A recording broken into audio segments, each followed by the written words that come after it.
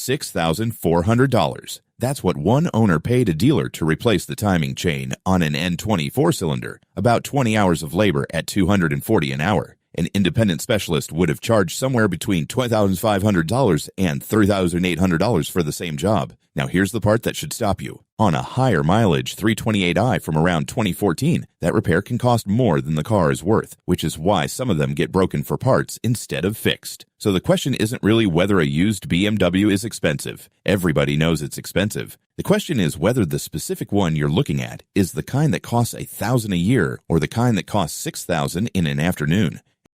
And those two cars can be parked next to each other, same badge, same year, same price. There's one number that decides which one you're buying, and it isn't the asking price. I'll get to it near the end because it only makes sense once you've seen the other three things. Quick thing before we go further, I haven't driven these. I've read through owner threads, repair invoices people photograph and post, and what independent specialists publish about the same jobs. Let's start with why you can afford one at all.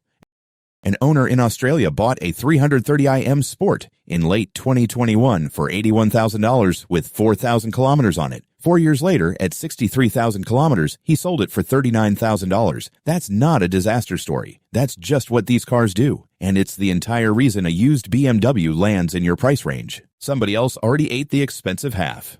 And I want to be fair here, because a lot of channels aren't. People don't buy these cars by accident.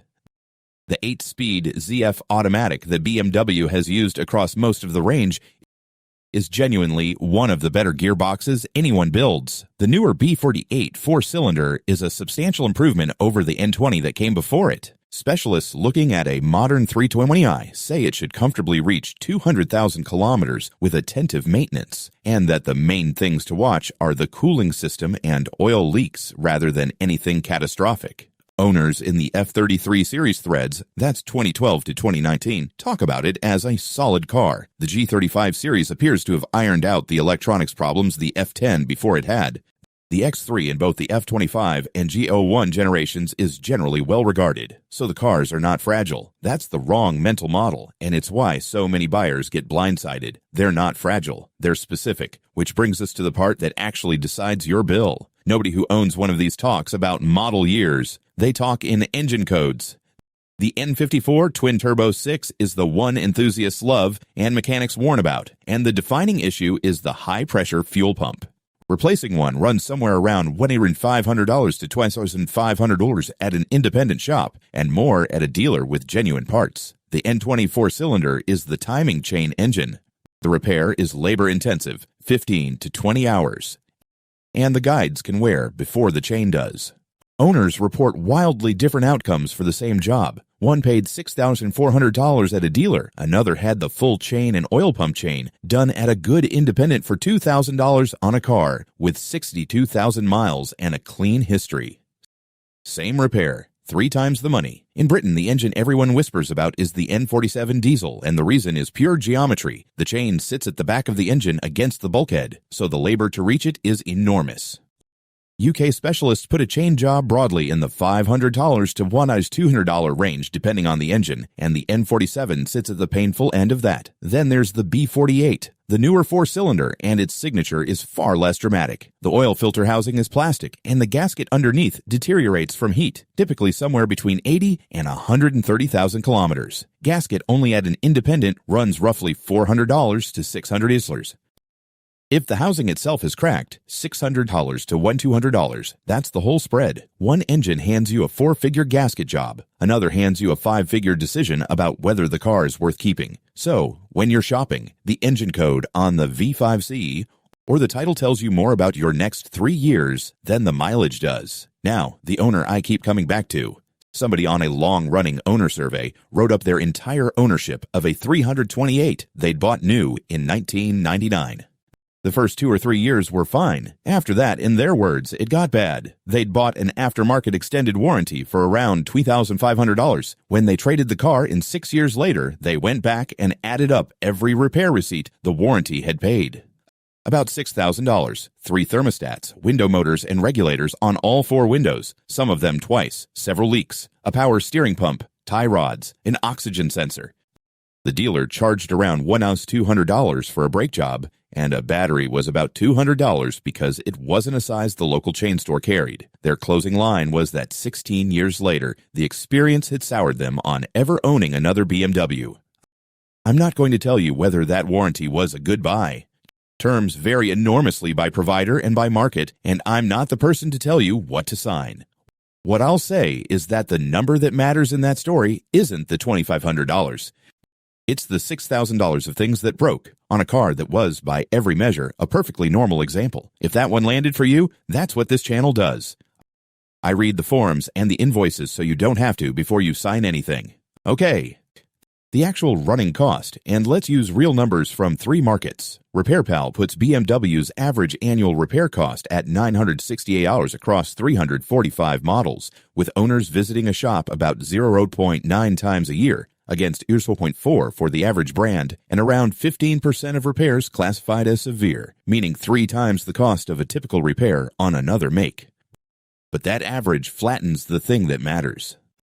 Once you're past the factory coverage, one analysis of years 6 through 8 puts annual costs at $2,500 to $4,500 and a 10-year total for maintenance at $19,312. The Australian owner I mentioned earlier laid his out plainly. Brakes and rotors, a battery, a transmission service, and tires, all coming due at once. Not much change out of $9,000 Australian. Call that roughly $6,000 US or $4,500. None of it added a dollar to the car's value. All of it was simply what the car needed next.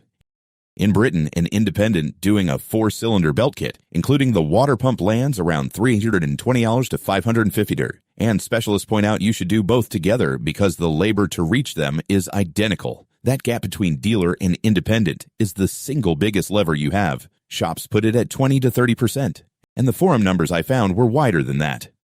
Worth knowing.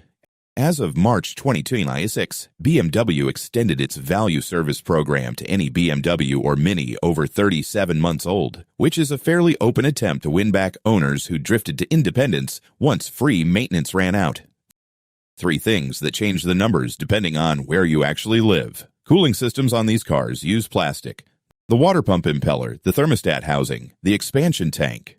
Australian specialists describe those parts becoming brittle with age and heat, and failing without much warning. In Queensland or Arizona, that clock runs faster. In the salt states, it's the opposite problem. A shop in Michigan points out that cold winters and road salt mean checking oil more often than the standard 7.5 to 10,000 mile interval suggests. And short trip driving is its own tax. Direct injection engines build carbon on the intake valves, and the cars that suffer worst are the ones that never get properly hot. A 4-mile commute is harder on one of these than a 100-mile motorway run. So here's the number I promised you at the start. It's not the price of the car. It's the ratio between what you paid and what the single worst plausible repair costs on that specific engine. A $30,000 BMW with a $5,000 timing chain risk is an inconvenience. A $9,000 BMW with the same $5,000 risk is a car that can be written off by one repair, which is exactly why higher mileage examples end up as parts cars rather than fixes. That ratio is why 2 people can buy the same model and have completely opposite experiences, and it's why are BMWs reliable is the wrong question. Almost every expensive BMW repair traces back to deferred maintenance or the wrong oil. The car doesn't punish you for buying it. It punishes you for buying one the last owner stopped spending money on, so the checks are short and they're all free. Listen for a rattle on a genuinely cold start. Look at the oil filter housing and the valve cover for weeping. Check coolant level and look for crust around the expansion tank. Ask for the service history and read what wasn't done, not what was. Here's my call, and it's only my call. I'd rather buy a car with a boring engine and a thick folder of receipts than a more exciting one with a clean bodywork and nothing on paper. And I'd find the independent specialist before I found the car, because in most markets, that's where the difference between a $2,000 job and a $6,400 job lives. You might weigh that completely differently. You know what you can tolerate, I don't. As of August 2026, that's where the numbers stand, and with parts and labor rates, they move. If you own one, what engine and what's the biggest bill you've had? Engine code first, because that's the part that changes everything. If you took one to a dealer and an independent for the same job, I want both quotes. And if you sold yours, I especially want to hear what the final straw was. Next one is BMW N63